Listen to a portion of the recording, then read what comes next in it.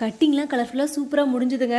இன்றைக்கி main dish பார்த்திங்கன்னா வெண்டைக்காய், கத்திரிக்காய், அவரைக்காய்லாம் போட்டு அப்படியே ஒரு புளிக்குழம்பு மாதிரி செஞ்சிடலானுங்க. அது மண்பானையில் செய்கிறோம். எண்ணெய், கடுகு, கறிவேப்பிலெல்லாம் போட்டு நல்லா வதக்கி விட்டுட்டு தக்காளியும் போட்டாச்சுங்க. இப்போ காயெல்லாம் போட்டுடலாம். வெண்டைக்காய் வந்து கொஞ்சம் இந்த வளவள போக வதக்கி வச்சிட்டேங்க.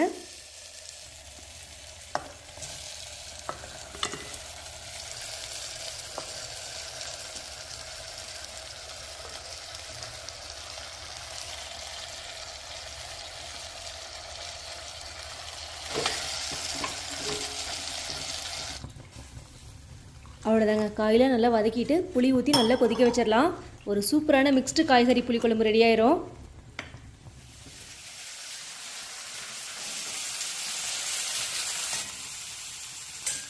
குழம்பு ரெடி ஆகிறதுக்குள்ளே அப்படியே சைடில் மணத்தக்காளி கீரை பொரியலும் காலிஃப்ளவரும் செஞ்சிடலாங்க.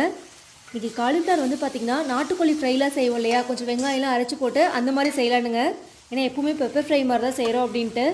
பட் இந்த மாதிரி செஞ்சாலும் நல்லாயிருக்குங்க.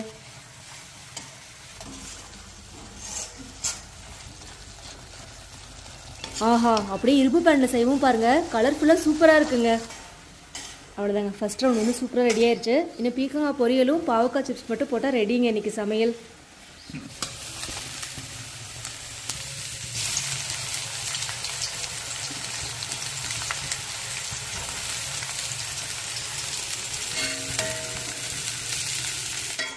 பீக்கங்காய் ரெடி ஆகிறதுக்குள்ளே பாவக்காவுமே சூப்பராக ரெடி ஆயிடுச்சுங்க. அப்படி நல்லா ஃப்ரை ஆயிடுச்சு.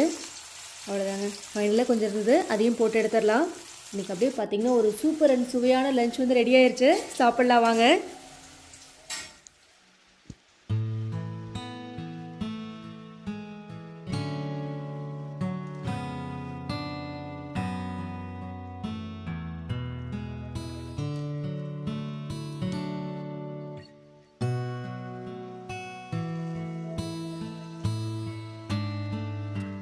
இன்றைக்கி அப்படியே ஒரு அற்புதமான லஞ்ச் மெனு ரெடிங்க. ஃபார்ம் டு பிளேட்க்கு வந்தாச்சு. பார்க்கவே செம்ம கலர்ஃபுல்லாக இருக்குது.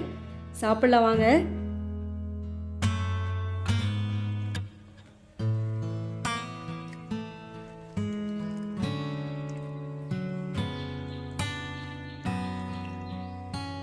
இன்றைக்கி அப்படியே லஞ்சுக்கு பலவிதமான காய்கறிகளையும் தெம்பாக சாப்பிட்டு முடிச்சு கொஞ்ச நேரம் ரெஸ்ட் எடுத்துட்டுங்க. அப்படியே கட்டுத்தர பக்கம் வந்தாச்சு.